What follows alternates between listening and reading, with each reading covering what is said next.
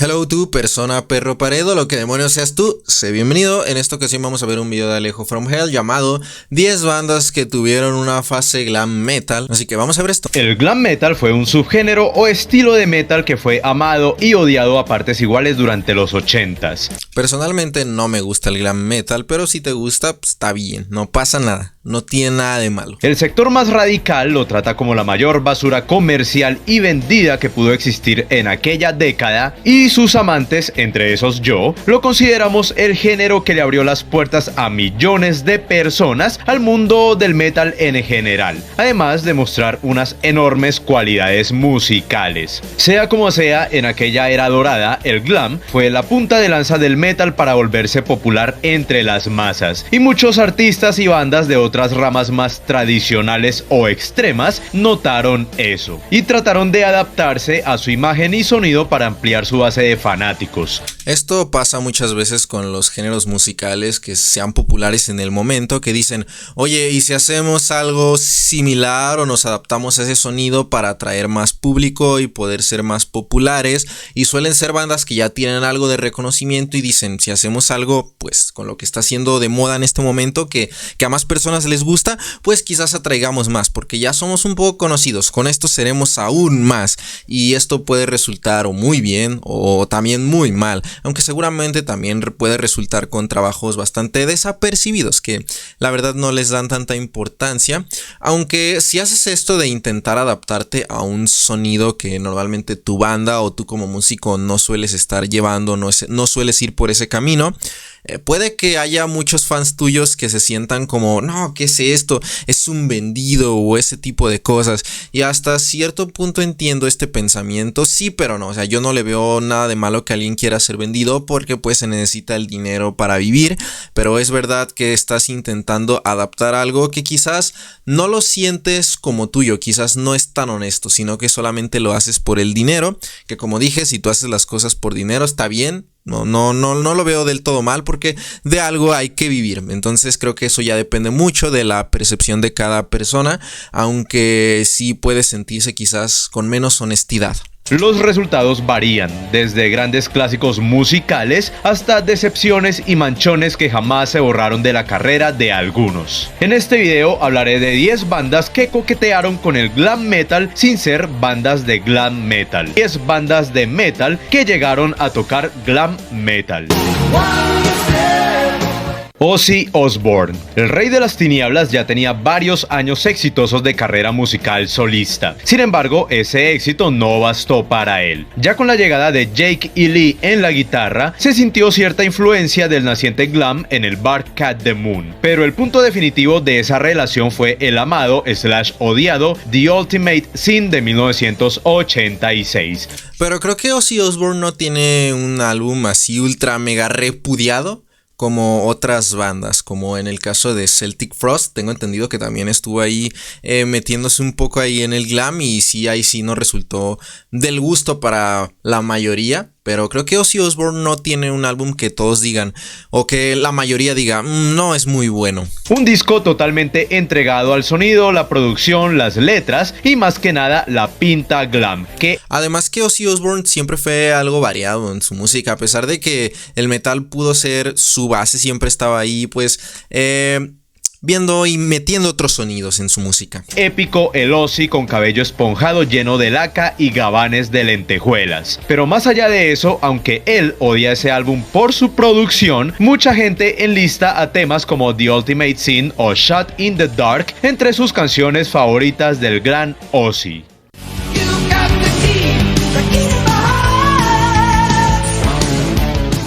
Judas Priest. A mediados de los 80, Judas Priest ya era una banda consagrada y con varias evoluciones hasta su titulación como dioses del heavy metal. Después del directo y pesado Defenders of the Faith, el combo liderado por Halford y la pareja guitarrera KK Downing y Glenn Tipton decidieron dar otro paso evolutivo, esta vez acercándose al sonido que venía de Estados Unidos.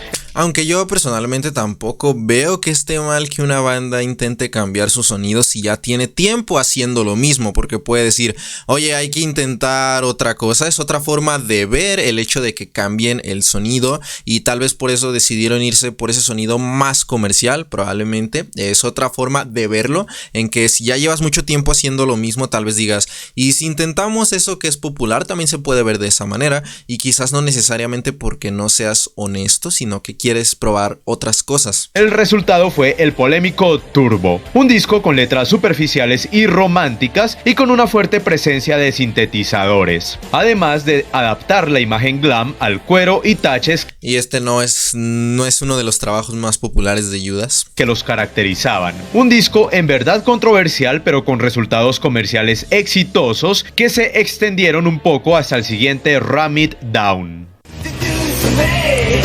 Creo que el más polémico es el de Celtic Frost. Celtic Frost o Celtic Frost, o sea, una disculpa por decir Celtic Frost. Celtic Frost, uno de los casos más crónicos de crisis de identidad. Aunque para ser justos, este álbum fue resultado de la disolución de la primera formación clásica del grupo y un momento en el que Tom G. Warrior le soltó las riendas creativas de la banda a otros músicos. Aún así, él colaboró para hacer el álbum Cold Lake, en el que adoptaron totalmente la imagen glamour y también sus letras, pero que musicalmente se movía por la línea de un heavy metal oscuro. Sin embargo, no deja de ser una anomalía que estaba a años luz de la sopa primordial e influyente de metal extremo que Celtic Frost había hecho en sus primeros demos, EPs y álbumes. Yo creo que en este caso, pues Celtic Frost fue juzgado más que quizás que Judas o que Ozzy Osbourne, porque Ozzy Osbourne era más famoso que Celtic Frost, también Judas, y Celtic Frost pues tenía un sonido más extremo. Entonces, al cambiarse tanto y no ser tan popular como las dos bandas mencionadas anteriormente, pues los fans que tenían era como, ¿qué está haciendo? Kiss es una banda que ha cambiado y ha introducido elementos de muchos estilos musicales en su música, entonces creo que no es tan raro en Kiss. Y no está mal. Kiss. Este puesto puede ser algo polémico, ya que Kiss se cuenta entre las bandas que influyeron a las primeras bandas del glam metal propiamente dicho. Y aunque su carrera e icónica imagen maquillada venía desde los 70s, Kiss decidió hacer algo que les quitaría algo de personalidad y los metería de lleno al grupo de bandas ochenteras. Quitarse el maquillaje artístico y los disfraces y usar más laca y prendas coloridas. Eso sí, musicalmente no debieron hacer un cambio tan grande, ya que el hard rock y el heavy metal ya lo tenían, pero lo potenciaron en esta época en discos considerados joyas del glam, como Lick It Up, Animalize, Asylum, Crazy Nights y un poco en el Hot in the Shade del 89. Toda una década de puro glam metal de calidad. Y personalmente creo que no les fue mal. Scorpions.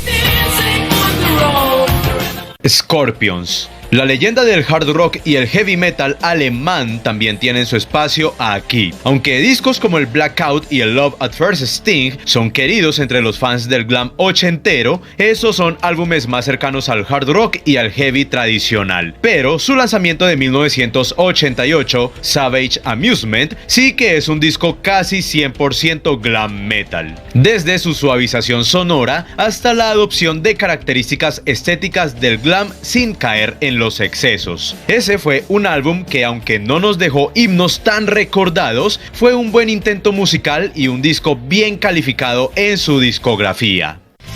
O sea, un intento así como, pues está bien. Quizás no es lo mejor de Scorpions, pero dices, está bien. Pero también debe ser muy complicado si eres una banda bastante reconocida y que ya tienes albumsazos que todos consideran álbumes míticos, sacar álbumes mejores. White Snake. Aunque la primera imagen que se nos viene a la cabeza al pensar en Whitesnake es la típica de una banda glam con un toque de elegancia británica, eso sí, lo cierto es que el proyecto de David Coverdale tuvo un largo camino entregado, curiosamente por la época, al blues rock y al hard rock. De hecho, no notaríamos su cambio hacia el sonido americano glam hasta su sexto álbum del 84, Slide It In. Pero su punto máximo en el mundo glam es el épico 1987, uno de los álbumes más exitosos de la década de los 80 y el disco que los volvería estrellas mundiales, algo que más o menos mantuvieron hasta el Slip of the Tongue del 89. ¿Saxon? Esto sí no lo sabía. Saxon. Estos íconos quisieron tardíamente imitar el ejemplo de sus compatriotas Def Leppard. Lastimosamente, el ejercicio no les salió tan bien y después de venir de una buena racha de heavy metal clásico, parecía que su éxito se estaba diluyendo a finales de los 80. Por eso en el 88 lanzaron una de sus más grandes manchas discográficas, el álbum Destiny, un disco apaleado por la crítica y los fanáticos que hundió a Saxon en una crisis temporal. Tal es así que la banda reniega de este álbum hasta el día de hoy, aunque yo rescato a los sencillos principales, el temazo Ride Like the Wind y la balada AOR I Can't Wait Anymore. O sea, como dije, si cambias tu sonido, siempre te vas a arriesgar. O sea, siempre existe ese riesgo de que tal vez funcione, pero tal vez no.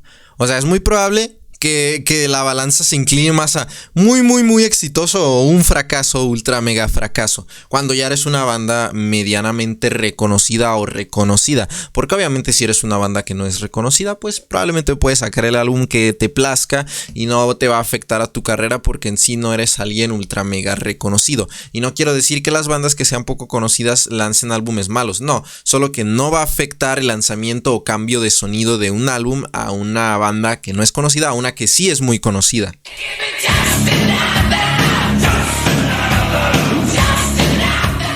Accept. Otro ejemplo fallido del paso del heavy al glam metal fue el de esta legendaria banda alemana. Después de la salida del icónico cantante Udo Dirkschneider, el grupo contrató al estadounidense David Ruiz para llenar sus botas y grabar el disco Eat the Heat. Lastimosamente, aunque el tipo hizo lo mejor que pudo, Accept se esforzó demasiado por suavizar su sonido y adaptarlo al mercado americano. Aunque igual el disco tiene canciones buenas como la recordada Generation Clash, sus fanáticos más acérrimos resintieron este material y en general lo tienen como uno de sus peores trabajos.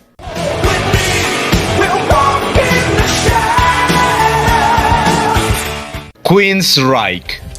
Pero hay que dejar algo en claro, el hecho de que un álbum sea peor o mejor muchas veces depende de la perspectiva pues individual, o sea, para ti puede ser una obra maestra y para otra persona puede ser horrible, pero en este caso pues se refiere a en general, entonces la mayoría de sus fans pues no les gustó.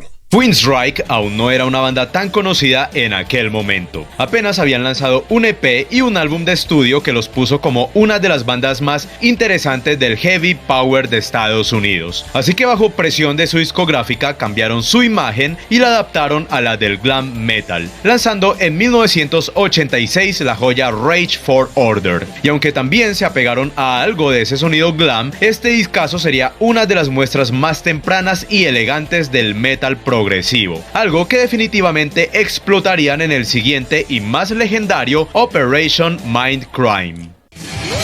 No lo había pensado, o sea, muchas veces si tú eres una banda que estás en una compañía discográfica, a veces puede que las bandas no quieran hacer ciertas canciones o ciertos álbumes, pero pues si estás en una compañía discográfica, firmaste un contrato, depende del tipo de contrato que hayas firmado, porque hay diferentes tipos de contrato, pues algunos es como, oye, tienes que hacer esto porque yo soy la disquera, soy quien pone el dinero y vas a grabar algo de lo que es popular.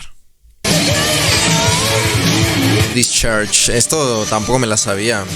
Discharge. Terminamos con uno de los casos más extraños y what the fuck de la música extrema. Sí, que dices qué pedo. Discharge es conocida por ser una de las bandas pilares del hardcore punk y toda una influencia para generaciones enteras de bandas de metal extremo. Sin embargo, desde mediados de los 80, su líder, Kelvin Morris, decidió voltear de cabeza al sonido del grupo debido a su redescubrimiento de bandas como Zeppelin y Ozzy. Eso lo combinó con la adopción de una imagen a medio camino entre la del glam metal y la del gótico. Me imagino que habrá personas que eran fans del punk de Discharge y no se vendieron porque los punks, no todos obviamente, pero hay unos que suelen ser más radicales en el hecho de que no, ¿cómo puedes dejar el punk? El punk es lo mejor. Resultó en la joya subterránea Grave New World del 86, un disco de heavy metal y glam metal con ciertos toques extremos, pero que a oídos de sus fanáticos hardcore sonaba a puro y sucio pop. Eso hizo que Discharge se disolviera durante casi 5 años. Es que al igual que Celtic Frost, aquí Discharge, pues al ser una banda de algo más extremo que quizás las bandas de heavy metal, se les juzga más porque sus fans están acostumbrados, muy acostumbrados a algo totalmente diferente a que si pasas del heavy al glam, o sea, pasar de algo más extremo al glam es como...